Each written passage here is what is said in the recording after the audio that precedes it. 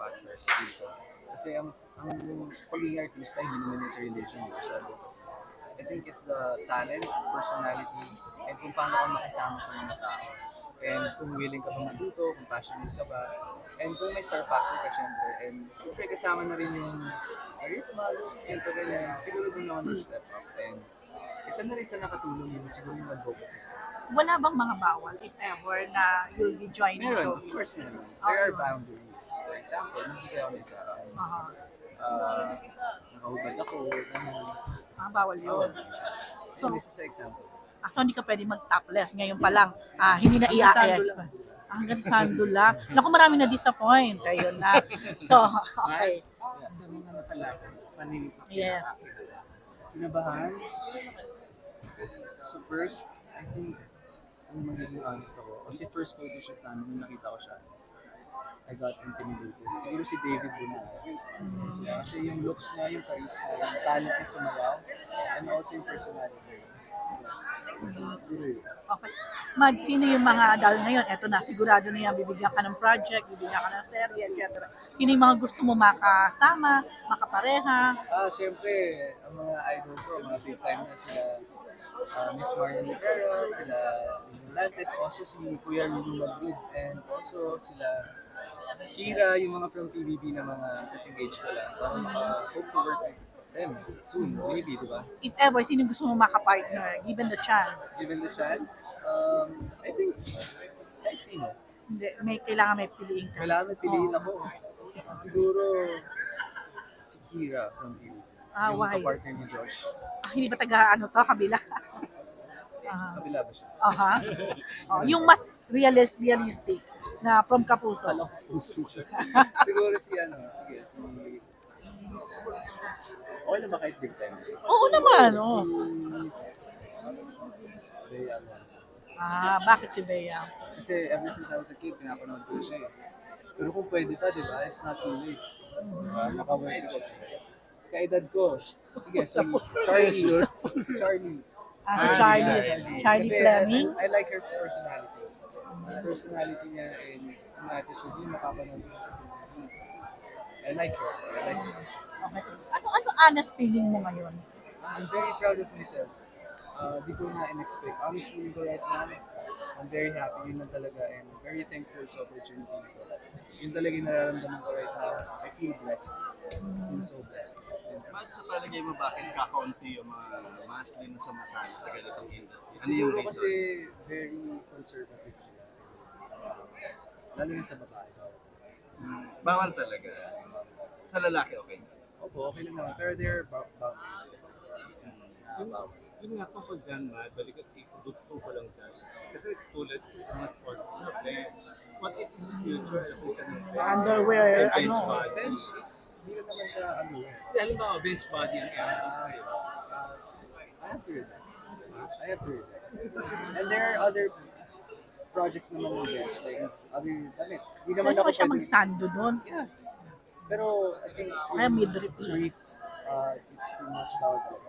And di lang naman doon iniikot yung bench body. Na-disappoint ka ba dyan? Isa pa sa bawal yung kissing scene. Sa eksena. Yes, of course. Bawal din. Love scene? Kissing scene daw. Bawal din ang kissing Leading scene. lady, bawal din. Hindi mo ba na, sabi mo kanina, kaya makipagsabayan. Pero do you think hindi to magiging hindran? No. Kasi ano yan kumbaga, like sa kwento, sa story, part yung mga kissing scene, love scene, if ever. Oo. We'll work on that soon. Hindi kaya next time. Ay, pagpapaalam, may ganun ba? Hindi ko pa siya masasabi right now.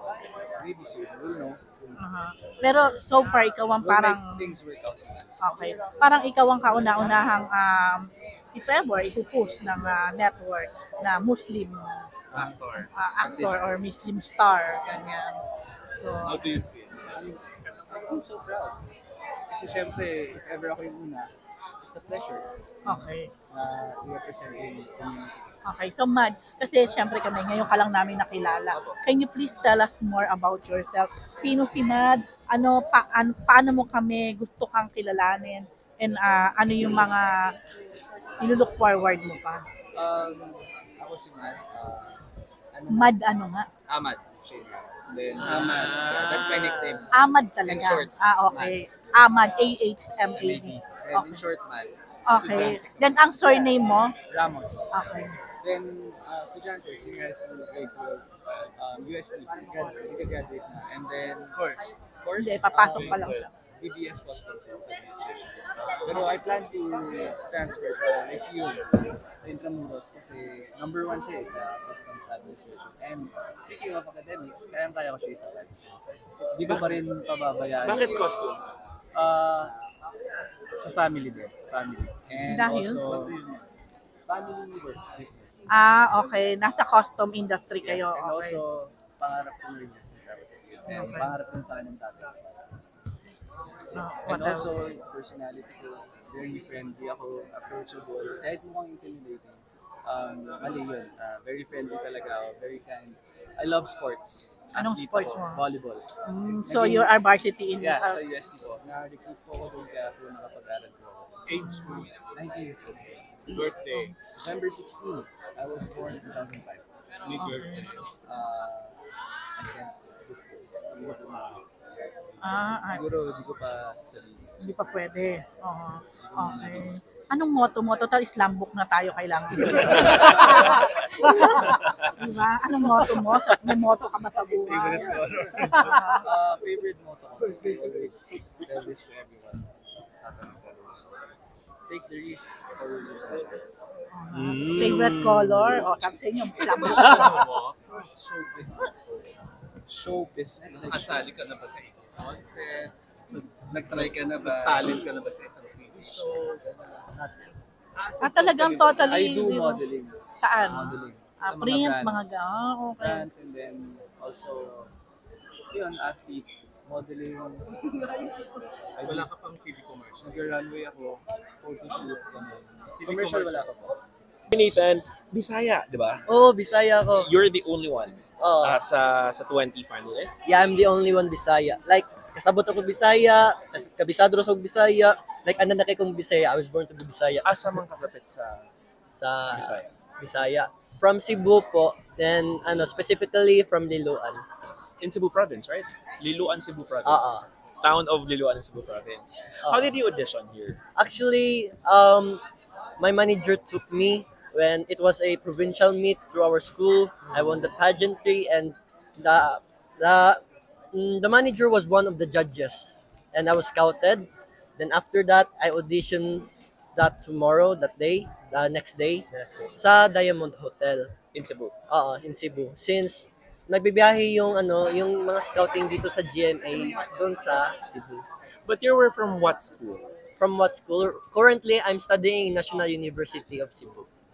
How you're still 18, 17 years old? I just turned 18 actually. So ano yun, senior high school? Hindi na po. Mag-first year na po. Anong course mo? Yung course ko is National Tourism po. BS Tourism. Okay. Pero, you think yung pagiging Bisaya mo is an advantage or a disadvantage? Actually, it's a advantage for me because right now I can understand several languages, and I can speak Bisaya, not Yeah. just Bisaya. I can also speak in English. Because speak Tagalog. And Tagalog. Like, it's such an advantage that I can speak 3 languages because of Bisaya.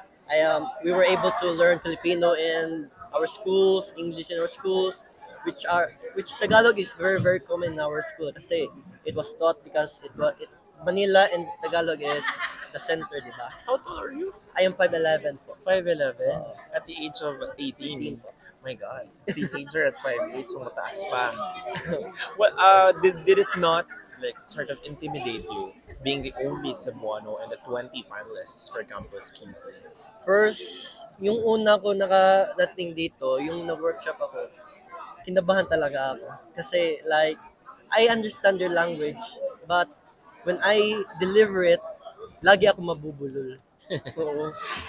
And Trust me, Bisaya din ako. It took me like a year before ko siya naging, you just have to surround yourself always with the Tagalog people and you'll be used to it. Hindi mo siya malalaman, you're fine na pala. Earlier, you were called as one of the top 10 finalists. Did you expect it? actually, I was expecting a bit because I was trying my best to be one of the top 10 actually. I was being engageful, being entertainful. I was willing to learn. I was willing to dance. I was willing to train. And to be honest, ako, taga Cebu ako. Then, nagbibiyahe pa ako dito. Naghanap pa kami ng kondo. Like, for me, I'm very dedicated to this work and to this, trabaho. Nung naging 10 na lang kayo and then 1 will be announced as the Campus Cutie, what did you feel? And did you somehow expect naman that it can be, top 10 din naging ng final 2, right? What did you feel at that moment? Actually, like, happy ako sa yung nananalo ng top 2. Because for me, it's like I already won. Like, being top 10 was enough for me.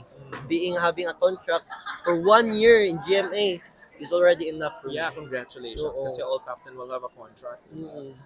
Okay. So anyway, sino yung mga idols mo? Na Yung tinitingala mo na maging ganun din yung career mo sana someday? Yung si Alden Richards po. Because I have read his background, like, his losses, like even though na yung magulang niya is nasa langit na, he didn't stop dreaming. He didn't stop dreaming. He even quit school in order to work, in order to have money. Yet, he was still hungry. As Tito Boy said, he was eager, he was determined. Like, even though nahihirapan na siya, he still looked up to his dreams. Okay, Nathan, what's your complete name? Sorry. Nissan Udrich D. Tan po. Udrich. Oh, Then the last name is? Tan. So your screen name will be Nathan Tan. Maybe I'll change po kasi So weird hindi pa niya. siya fine. Oh, parang Nathan hindi pa siya Tan. fine. Weird niya. Parang nag-rhyme, di ba? Nissan Tan. Okay. Got it. Anyway, congratulations. You can say Thank hi you to the po. Cebuanos who are rooting for you. Ay, thank you kayo. Salamat kinyo tanan na nisuporta na ako. Tingnan, tungod ninyo nakadaog na gid ko. Thank you. Thank you po. Kumusta feelings? Super surreal po para sa akin. Hindi pa rin po ako makapaniwala, hindi pa rin po nagsisingin sa akin. Pero super thankful po ako sa Diyos po. Ralph backgrounder, you are how old? How I'm young? I'm 20 years old po. And which school? St. Clair College of Caloocan po sa Caloocan. Sa Caloocan. At 20 years old is college na ba yun? Yes po, second year college na po ngayon. Anong course mo? Tourism po. Tourism. And you stand 6 feet. 6'2" po. 6'2" siya. Ba't hindi ka basketball player? Varsity po ako. Varsity siya. Sa school po na. Na-stock na natin siya. Anong position mo sa court? Forward po. Pwede pong power forward, pwede rin pong small forward. Okay, this one, you were really scouted or you auditioned? Sa Sparkle po. Dito sa Campus Cutie. Nag-audition na po kasi may modeling agency po ako na pinapunta lang po sa akin. Kasama ko po si Brandon De La Cruz po. Yung isa rin ko pong kamodel under the same agency. Matagal mo talaga gusto maging artista? Actually po dati hindi ko po naisipan. Naisipan ko lang po nung nakikita ko po na super idol po ni Mama si Marian Rivera. Kaya, ayun po, parang nakita ko na po sila sa TV, tapos naisip ko po palagi kung paano umarte, paano nila ginagawa na umiyak po sa harap ng camera. Kaya, ayun po, gusto ko rin po na sana matutunan po. First TV exposure. First TV exposure. Yes po, opo. Yung iba talaga nag-excel sila sa sports. Yung talaga yung gusto nila, di ba? Well-known sila dahil sa mga sports na ginagawa nila. Ikaw talaga, more on pag-artista yung gusto mo? Or basketball? Very passionate po talaga ako sa basketball po. Kasi naglaro na rin po ako para sa UST po ng high school. Okay. Pero ngayon po, ngayon pinala po ako ng Diyos sa opportunity po na to. Kung saan po ako mas papalarin po ng Diyos, doon po ako mas mag-focus. At ngayon po, pinala po ako sa opportunity po na to, sa Sparkle po. Kaya gusto ko pong malipat yung pagka-passionate ko po sa basketball, sa pag-acting at showbiz po. Ang question ni Jeng talaga, is Ralph single? Of course. Of Kasi course. yung iba kasi parang secret yung sagot, di ba? So ikaw talaga, of course Of talaga. course po. Or may brinik na someone kasi sumali sa Campus Cutie. Busy na ang schedule. Wala naman po. Wala naman. Really? Really? Alam nyo na. No, Ang dami Nawala ka dun sa really. ang dami na kasing artist ng GMA, Sparkle. So ano yung, like, paano ka mag-stand out? Ano yung ma-offer mo na parang, Uniqueness. oo, di ba? Ngayon, ang hirap talagang, ang dami, even yung mga, iba nga, hindi sila nag-artista, pero social media talaga, di Parang ba? pumuputok. Oo. So, Kasi ako po, sabi ko nga po sa inyo, passionate po ako sa basketball. Talagang inuubos ko po yung oras ko po sa court.